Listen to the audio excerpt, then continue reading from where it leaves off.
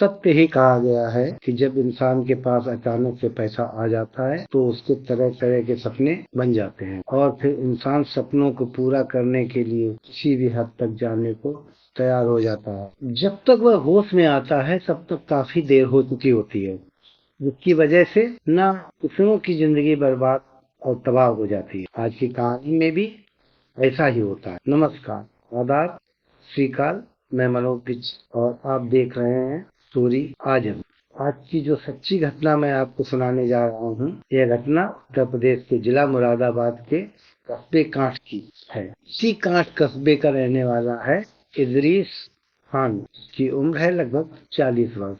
पत्नी का नाम है कनीजा बेगम, जिनके 5 बच्चे हैं, जिसमें बड़ा बेटा शहजाद इदरीस के इलाके में सिलाई फैक्ट्री खोल रखी है, जहां से व्यापारियों को थोक में कपड़े बिक्री करता है। मैं बात कर रहा हूँ 11 जनवरी 2018 की। दरअसल इदरीस अपने व्यापारियों से पैसा लेने के लिए प्रतापगढ़ और सुल्तानपुर के दौरे पर जाता है और 2 दिन का समय गुजर जाता है, लेकिन इदरीस अपने घर वापस नहीं आ पाता। इधर इदरीस की पत्नी कनीजा पति के नंबर पर फोन लगाती है, लेकिन इदरीस का नंबर स्विच ऑफ बताता है।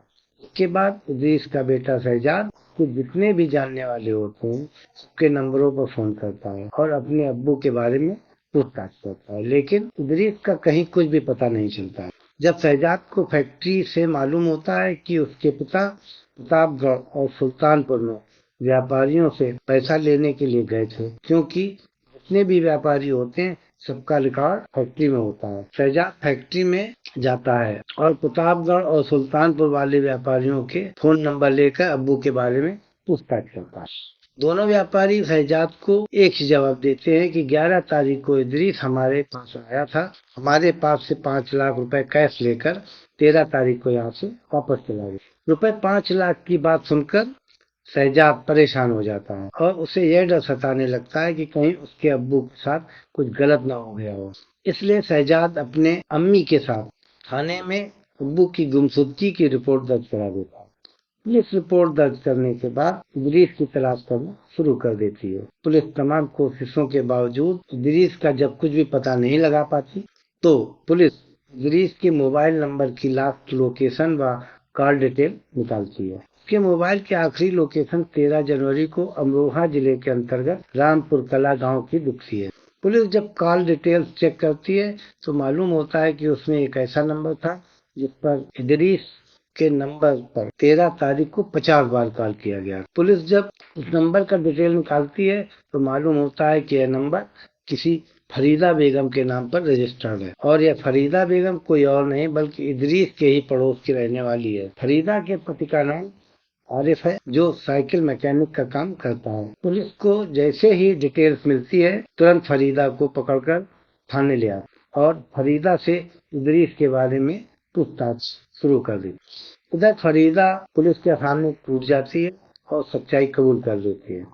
फरीदा बताती है कि इदरीस की हत्या कर दी गई है, लेकिन फरीदा जब इस हत्या की पूरी कहानी बताती है तो वाकई में सुनने के बाद हर कोई चौंक जाता है।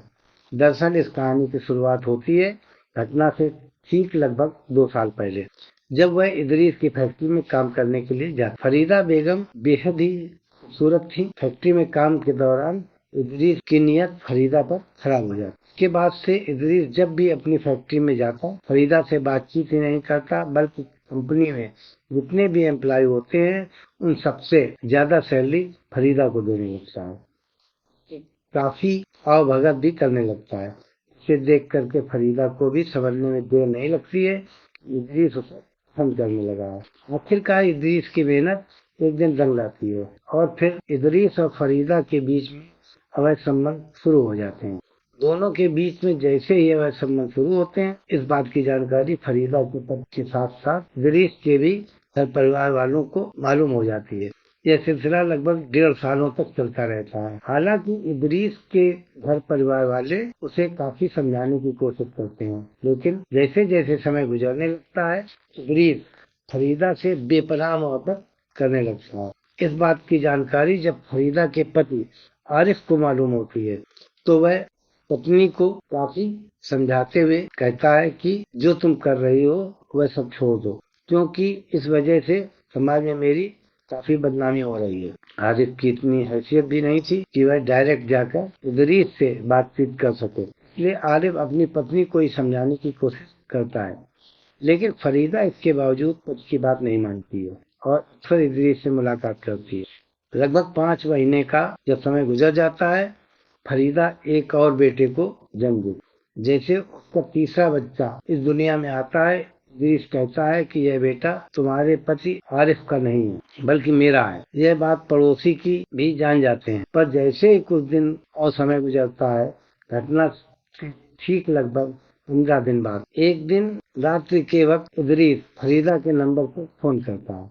फरीदा पति के बगल में ही सो रही थी। इदरीस के फोन से फरीदा उठ जाती है और फोन लेकर बगल में जाकर बात करने लगती है। इदरीस फरीदा के प्यार में इस कदर अंधा था कि अब वह फरीदा को समझाते हुए कहता है, तुम्हारे पति के रहते हम दोनों एक नहीं हो सकते। मेरे पास एक उपाय है, अगर तुम बुरा न मानो तो तुम्हारे पति को हमेशा के लिए दुनिया से हटा देता हूँ, उसके बाद मैं तुमसे निकाह कर लूंगा। आरिफ यह बातचीत चुपके से सुन रहा होता है। इदरीस जब उसे दुनिया से हटाने की बात कहता है तो फरीदा उसे समझाते हुए कहती है कि तुम्हें इस तरह के कदम उठाने की कोई जरूरत नहीं है, बल्कि हम दोनों के बीच में जैसा रिश्ता चल रहा है वैसे ही चलने दो। फरीदा जब इदरीस से बातचीत करके बेड पर सोने के लिए आती है, उस वक्त तो आरिफ पत्नी से कुछ नहीं कहता, लेकिन कुछ ही समय बाद जब सुबह होती है, आरिफ अपने बच्चों का हवाला देकर पत्नी को समझाता है। कहता है कि जो कुछ बातें तुम कर रही थी वह सारी बातें मैंने सुन ली हैं। एक ना एक दिन वह मुझे जरूर मार डालेगा, पर इतना याद रखना, आज तो वह तुमसे बेपनाह मोहब्बत करता है, लेकिन जिस दिन इदरीस का तुमसे दिल भर जाएगा वह तुम्हें भी जान से मार देगा। बेहतर है कि अभी भी वक्त है, तुम सही रास्ते पर आ जाओ।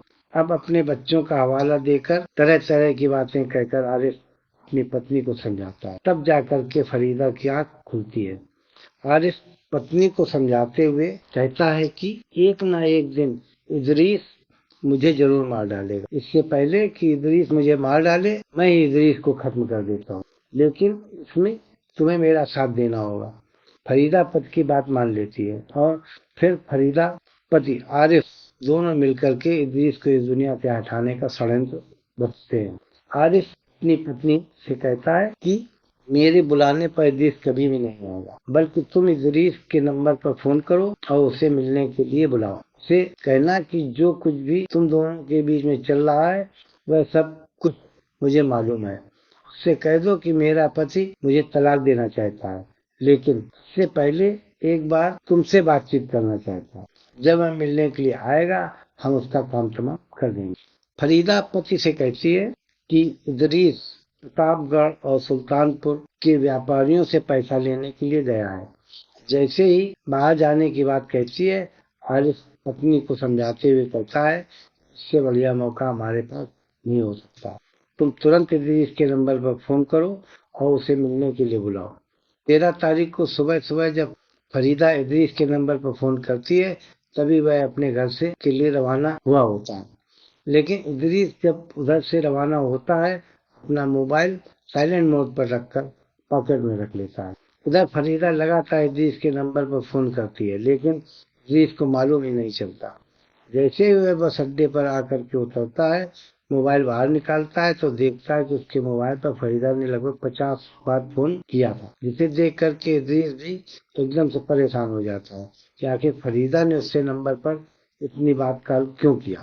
इदरीस तुरंत ही फरीदा के नंबर पर फोन कर जैसे ही फोन करता है, फरीदा पूछती है कि तुम कहाँ पर हो। इदरीस कहता है कि जस्ट अभी अभी बस अड्डे पर पहुंचा हूँ। फरीदा इदरीस से कहती है कि मेरा पति तुमसे बातचीत करना चाहता है। दरअसल वह मुझसे तलाक लेना चाहता है और इसी सिलसिले में तुमसे बातचीत करना चाहता है। अगर बातचीत करना चाहते हो तो तुरंत बस अड्डे पर रुको, मैं वहीं पर पहुंच। इस तरह बात सुनकर इदरीस भी एकदम से खुश हो जाता है। कहता है कि मैं तो यही बस अड्डे पर तुम्हारा इंतजार कर रहा हूँ, तुम जल्दी से आओ। उधर फरीदा भी अपने पति आरिफ को लेकर बस अड्डे पर पहुंच जाती है। जैसे ही वहाँ वह पहुँचते हैं, फरीदा इदरीस से कहती है कि हम यहाँ पर बातचीत नहीं करेंगे, बल्कि रामपुर गांव में एक मेरा भाई है, उसका नाम है फरमान, वह भी इस सिलसिले में तुमसे बातचीत करना चाहता है। फरमान ने अपने घर पर हमें दावत दी है, तुम भी हमारे साथ वहीं पर चलो, वहीं पर बैठकर बातचीत कर लेंगे। इदरीस फरीदा की बात मान लेता है और फिर इन दोनों के साथ अमरोहा के रामपुर कला गांव में फरमान के घर पर पहुंच जाता है। जब उसके घर पर पहुंचते हैं तो इदरीस दोनों से कहता है कि पहले मुझे शराब चाहिए। आरिफ कहता है कि अगर शराब पीनी है तो मार्केट में चलना पड़ेगा। मार्केट में जब जाने की बात कहता है, इदरीस भी आरिफ की बात मान लेता है। उसके बाद से आरिफ अपने साले फरमान इदरीस के साथ मार्केट में जाते हैं। शराब की दुकान से शराब की बोतलें खरीदते हैं। फरमान उन दोनों से कहता है कि हम शराब यहाँ पर बैठकर नहीं पी सकते, बल्कि गांव में मेरे एक आम का बगीचा है जहाँ पर कोई नहीं आता जाता। हम सब वहीं पर चलते हैं और आराम से बैठकर शराब पीते हैं। इसके बाद से फरमान दोनों को लेकर अपने ही गांव के एक आम के बगीचे में जाता है। बगीचे में बैठकर शराब तो पीते ही हैं, लेकिन साथ ही साथ आरिफ इदरीस को समझाने की कोशिश करता है। आरिफ इदरीस से कहता है कि तुम मेरी पत्नी को छोड़ो, क्योंकि हम बेहद ही गरीब परिवार से हैं। तुम्हारे पास अच्छा खासा पैसा है, तुम्हारा तो कुछ भी नहीं होगा, लेकिन मेरे बच्चों का भविष्य खराब हो जाए। बच्चों का हवाला देने की बात जब कहता है, इदरीस उससे कहता है कि जो तुम्हारा तीसरा बेटा हुआ है, दरअसल वह तीसरा बेटा तुम्हारा नहीं है बल्कि मेरा है। मैं किसी भी हाल पर फरीदा से जरूर शादी करूंगा। जैसे ही आरिफ के तीसरा बच्चा पर अपना बेटा कहता है, यह बात सुनकर के आरिफ और उसका साला दोनों काफी गुस्से में आ जाते हैं। इतने गुस्से में आ जाते हैं कि इदरीस की गला दबाकर हत्या कर देते हैं। उसके बाद फरमान अपने घर पर आता है और घर से एक फावड़ा लेकर के जाता है और फावड़े से बगीचे में लगभग 5 फुट का गहरा गड्ढा खोदते हैं और उसी गड्ढे में इदरीस की लाश को डालकर मिट्टी से भर देते हैं। 5 लाख का मोबाइल भी 5 लाख रुपए और उसका मोबाइल भी ले लेते हैं। मोबाइल को भी स्विच ऑफ कर दिया जाता है, लेकिन उन पैसों से तो दोनों आधे आधे का बंटवारा कर लेते हैं और उसके बाद से वापस अपने अपने घर चले जाते हैं।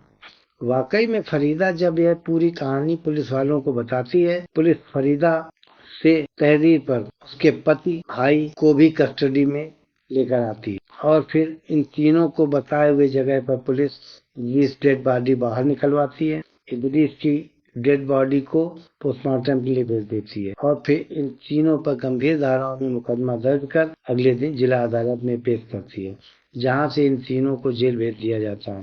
दोस्तों, इस पूरी कहानी के बारे में आप क्या सोचते हैं? आप अपनी राय हमें कमेंट बॉक्स में जरूर दें। चैनल को सब्सक्राइब करें। मिलते हैं एक नई कहानी के साथ। तब तक के लिए जय हिंद, जय भारत।